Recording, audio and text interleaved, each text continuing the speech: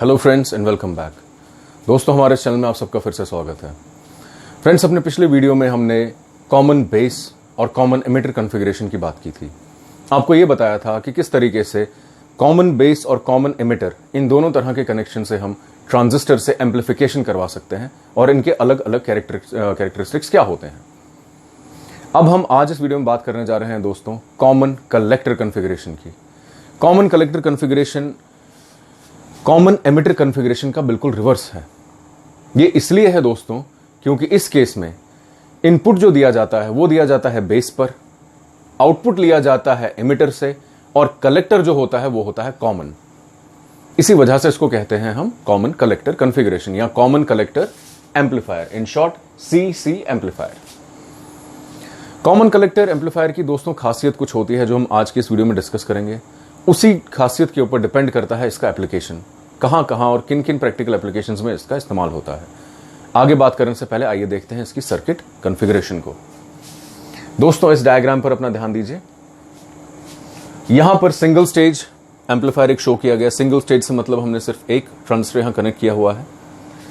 Again हम यहां इस्तेमाल कर रहे हैं कैपेसिटर का इनपुट इनकमिंग, जो एसी सिग्नल है इनकमिंग, उसके थ्रू हम कैपेसिटर के जरिए, उसके बाद हमने वोल्टेज डिवाइडर नेटवर्क, जैसा हमने कॉमन एमिटर में बात की थी, वोल्टेज डिवाइडर नेटवर्क का इस्तेमाल करके बेस को हमने बायस किया। इस सेंटेंस का मतलब यह है दोस्तों, ये मैं पिछली वीडियो में बता चुका हूं, फिर रिपीट करता हूं कि इनकमिंग एसी सिग्नल जो होता है, क्योंकि ये अल्टरनेटिंग करंट अपने जो उसका नेचर है वो क्या है कि वो एक पॉजिटिव पीक और एक नेगेटिव पीक, एक पॉजिटिव पीक और एक नेगेटिव पीक में फ्लक्चुएट करती रहती है। लेकिन अगर हमें ट्रांजिस्टर को बायस करवाना है तो हमें एक एवरेज वैल्यू चाहिए, एक ऐसी वैल्यू जो कि स्टेबल हो, यानी यू कहे जिसे शॉर्ट में क्वाइसेंट पॉइंट या क्यू पॉइंट कहा जाता है। एक ऐसा पॉइंट, एक ऐसा लेवल इनकमिंग वोल्टेज का जिसकी वजह से ट्रांजिस्टर जो है अपना ऑपरेशन शुरू कर सके, यानी बेस पर वोल्टेज करवाया जा सके अप्लाई। उसके लिए जरूरत होती है दोस्तों दो चीजों की। पहली बात, कैपेसिटर।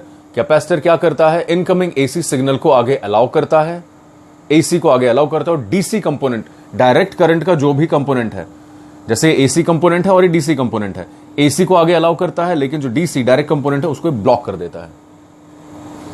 एसी कंपोनेंट जब आगे जाता है दोस्तों, ये है voltage divider network. Incoming voltage divide हो जाती है बिटवीन R1 और R2। इसकी बायसिंग, जो इस केस में कॉमन कलेक्टर में जो बेस की बायसिंग है, जिस तरीके से इसको वोल्टेज सप्लाई दी जाती है, ये बिल्कुल ठीक उसी तरह होता है जैसा कॉमन एमिटर कॉन्फ़िगरेशन में होता है। उसमें भी हम वोल्टेज डिवाइडर नेटवर्क, इन दो रेजिस्टेंस के ऐसे कनेक्शन को ही वोल्टेज डिवाइडर नेटवर्क कहा जाता है, क्योंकि ये इनकमिंग वोल्टेज को डिवाइड कर देता है R1 और R2, दो रेजिस्टेंसेस के बीच में। ऐसा ही configuration, voltage divider configuration common emitter configuration में हम देख चुके हैं। अब दोस्तों, इस कॉन्फ़िगरेशन से हुआ क्या? इस कॉन्फ़िगरेशन से यह हुआ कि वोल्टेज जब डिवाइड हो जाती है तो एक मिड पॉइंट, या यूं कहूं कि एक मीन वैल्यू जिसे आप कह सकते हैं इनकमिंग वोल्टेज की, वो जाती है डायरेक्टली बेस पर। इस वजह से बेस जो है वो यूं कहे कि ट्रिगर हो जाती है। ट्रिगर होने का मतलब यह है दोस्तों कि बेस में अब इनकमिंग वोल्टेज सप्लाई आ चुकी है। अब यहां पर फर्क शुरू होता है। यहां पर दोस्तों आप देखिए कि हमने इनपुट तो दिया बेस पर, बेस को हमने ट्रिगर कर दिया। आउटपुट अब हम ले रहे हैं यहां पर एमिटर से। ये जो रेजिस्टेंस आप यहां देख रहे हैं एमिटर से के साथ जो हमने रेजिस्टेंस कनेक्ट की हुई है, इसी को हम एमिटर रेजिस्टेंस है शॉर्ट में RE, या इसी को हम लोड रेजिस्टेंस भी इस केस में, यानी कि आउटपुट रेजिस्टेंस। क्यों? क्योंकि जो वोल्टेज ड्रॉप हमें चाहिए आउटपुट पे वो हमें मिलता है अक्रॉस RE। तो इस केस में यही RE जो होता है यही आउटपुट रेजिस्टेंस की तरह बिहेव करता है, और बाकी बचा कलेक्टर, उसे हम कॉमन कर देते हैं। कई जगह दोस्तों कुछ कुछ कॉन्फ़िगरेशंस में कलेक्टर के साथ हम एक रेजिस्टेंस भी लगाते हैं जिसे RC कहा जाता है। हालांकि इस RC का लगाना जो है ये मैंडेटरी नहीं, जरूरी नहीं है, क्योंकि इस केस में वैसे भी कलेक्टर जो है वो कॉमन है अपनी इसी स्ट्रक्चर की वजह से, इसी कंस्ट्रक्शन की वजह से। क्योंकि कलेक्टर कॉमन है, इनपुट हमने बेस पर दिया, आउटपुट हमने एमिटर से लिया, अपनी इसी स्ट्रक्चर की वजह से इसे कॉमन कलेक्टर एम्पलीफायर कहा जाता है। एम्पलीफायर इसलिए क्योंकि इनकमिंग सिग्नल को ये एम्पलीफाई करता है। दोस्तों, यहां पर एक इंपॉर्टेंट बात है। जब हम देखिए, सबसे पहली बात ये आपके लिए जानना जरूरी है, हम पहले भी कई बार बता चुके हैं कि हमेशा बेस इमिटर का जो जंक्शन है ये फॉरवर्ड बायस्ड होता है। फॉरवर्ड बायस का मतलब, ये फॉरवर्ड बायस इसलिए किया जाता है ताकि जब हम इस एम्पलीफायर को डिजाइन करें उस केस में दोस्तों बेस और इमिटर ये दोनों एक इस तरीके से काम करें कि इमिटर का जो भी अक्रॉस वोल्टेज ड्रॉप होगा ये बिल्कुल फॉलो करेगा बेस के वोल्टेज एक्शन को। यानी इन शॉर्ट ये कहा जा सकता है, कॉमन कलेक्टर कॉन्फ़िगरेशन में जो ये इमिटर का कनेक्शन है दोस्तों, यहां पर जो वोल्टेज जो हमें सिग्नल मिलेगा, आउटपुट सिग्नल, उसका जो कैरेक्टरिस्टिक होगा, वोल्टेज का जो बर्ताव होगा या सिग्नल का जो बर्ताव होगा आउटपुट सिग्नल का, वो बिल्कुल ठीक फॉलो करता है बेस पर जो हमने इनकमिंग सिग्नल दिया उसके बर्ताव को। इसी वजह से कॉमन कलेक्टर एम्पलीफायर को हम कभी कभी एमिटर फॉलोअर सर्किट भी कहते हैं। क्यों? क्योंकि इस केस में एमिटर जो होता है, एमिटर अपने कैरेक्टरिस्टिक्स में, अपने बिहेवियर में बेस को, यानी कि इनकमिंग जहां पर है इनपुट दिया जा रहा है, उसको फॉलो करता है। इसका मतलब यह है दोस्तों कि इनकमिंग सिग्नल और आउटगोइंग सिग्नल जो है ये दोनों के दोनों इन फेज होते हैं। यानी इन फेज से मेरा मतलब है, अगर इनकमिंग सिग्नल एक पर्टिकुलर पॉइंट पर स्टार्ट हो रहा है, आउटपुट सिग्नल एम्पलीफाई होगा, लेकिन शुरू उसी पॉइंट से होगा जिस पॉइंट से इनकमिंग सिग्नल शुरू हुआ था। आउटपुट एम्पलीफाई हो चुका है, यानी कि इसका एम्पलीट्यूड बढ़ चुका है। जो गेन हमें चाहिए था इस केस में, जो हम अभी आगे बात करेंगे, वो गेन भी हमें मिल गया, लेकिन इन फेज होता है विद द इनकमिंग सिग्नल। इसी वजह से इसे कहा जाता है एमिटर फॉलोअर सर्किट। दोस्तों, बेस करंट IB जिसका यहां पर डिनोट किया गया है, इसमें आने वाली जरा सी चेंज आउटपुट पर जो करंट है यानी IE है इस केस में, क्योंकि हम एमिटर से आउटपुट करंट यहां ले रहे हैं, आउटपुट सिग्नल हम एमिटर से ले रहे हैं।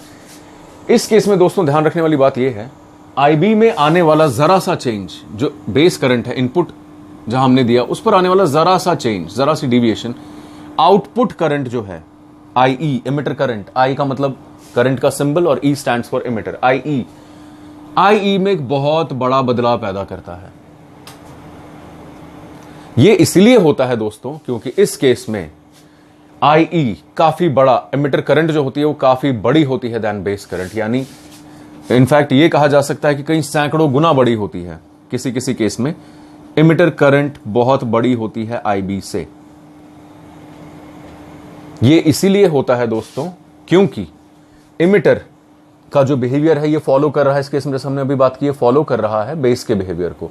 बेस पर जो सिग्नल जैसे बिहेव करेगा एमिटर पर यानी आउटपुट पर, इस केस में सिग्नल वैसे ही बिहेव करेगा क्योंकि इन फेज है।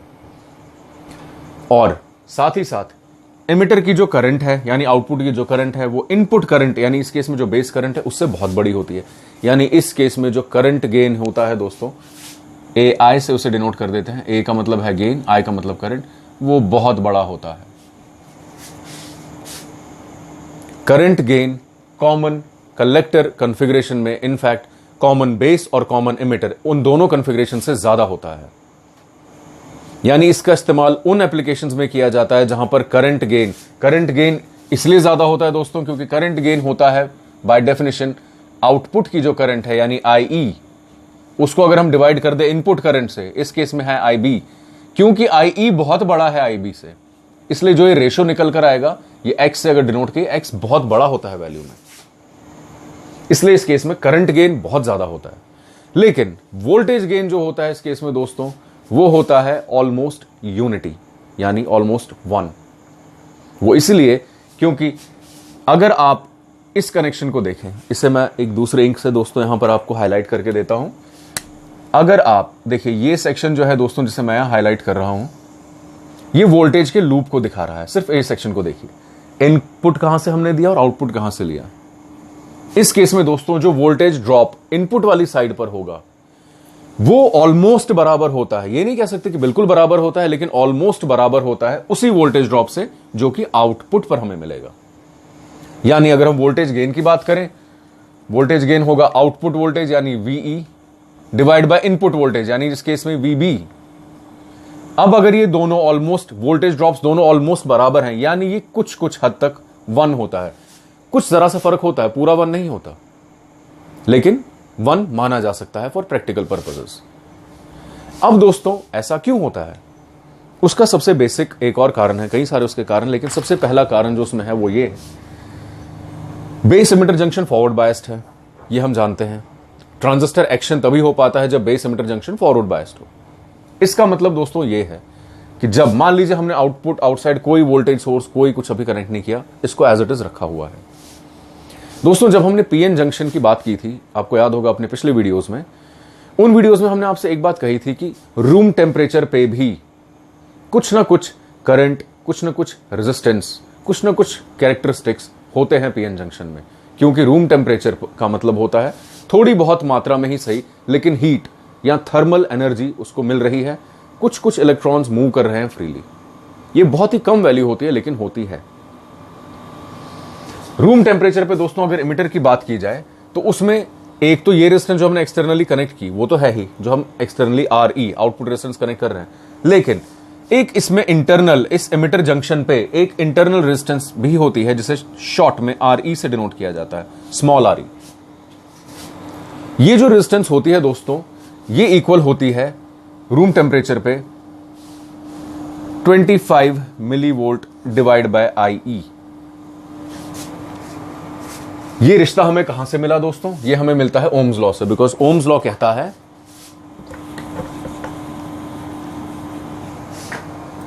V is equal to I into R। Voltage drop कितना होगा? वो मल्टीप्लीकेशन होगा किसका? करंट का और रेजिस्टेंस का। Current multiplied by resistance gives us voltage, यानी रेजिस्टेंस क्या होगा? Voltage divide by I। ये रेजिस्टेंस रूम टेम्परेचर पे, यानी जब तक हमने कोई सिग्नल, कोई एक्सटर्नल पावर सोर्स या कुछ भी कनेक्ट नहीं किया, एमिटर पर क्या होता है ये? अगर हम एमिटर की बात करें तो RE या शॉर्ट में RE, ये वो सिंबल है जो डिनोट करता है कि ये जो रेजिस्टेंस है जिसकी हम बात कर रहे हैं, ये इसकी इंटरनल रेजिस्टेंस है। एक तो ये कैपिटल RE, ये वो रेजिस्टेंस को डिनोट करता है जो हमने एक्सटर्नली कनेक्ट कर रखी है, लेकिन इसमें इंटरनली भी एक छोटी रेजिस्टेंस होती है RE। वो कितनी होती है दोस्तों रूम टेम्परेचर पे? 25 millivolt divided by IE। IE का मतलब है एमिटर करंट। इसीलिए एमिटर की रेजिस्टेंस जब हम कहते हैं, जैसे इस केस में मैंने बात की थी आउटपुट रेजिस्टेंस की, आउटपुट रेजिस्टेंस RE नहीं होगी, बल्कि RE प्लस RE होगी। क्यों?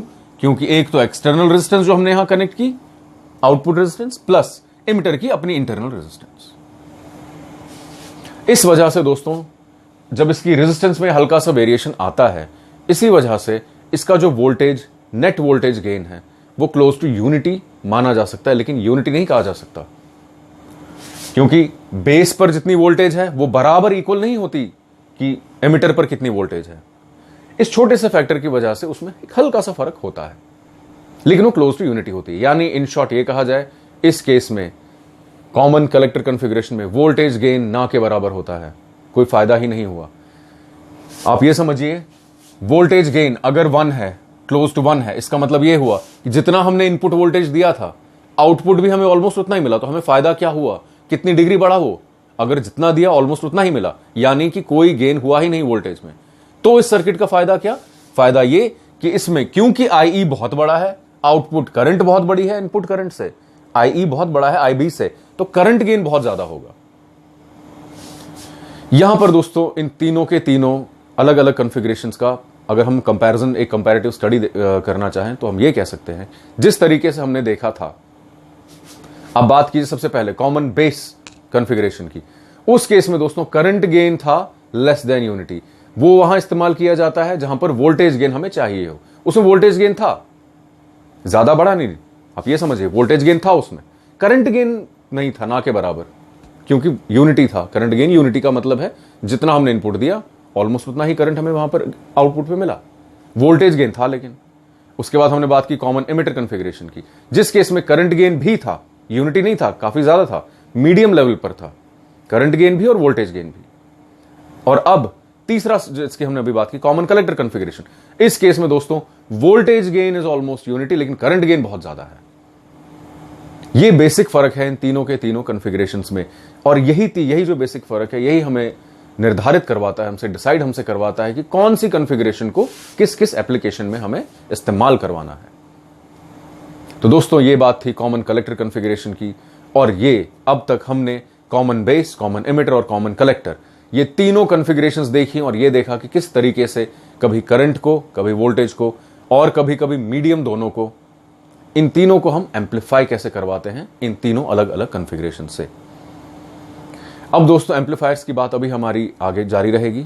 आगे हम फिर बात करेंगे अलग अलग तरह के एम्पलीफायर्स की और उनके प्रैक्टिकल एप्लीकेशंस की, वो सब हमारे अपने आने वाले वीडियोस में। तो उम्मीद है दोस्तों आपको आज का हमारा वीडियो इन्फॉर्मेटिव लगा होगा।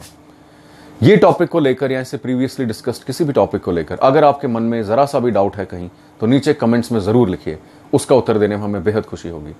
कृपया हमारे चैनल को लाइक और सब्सक्राइब जरूर कीजिए। Thank you.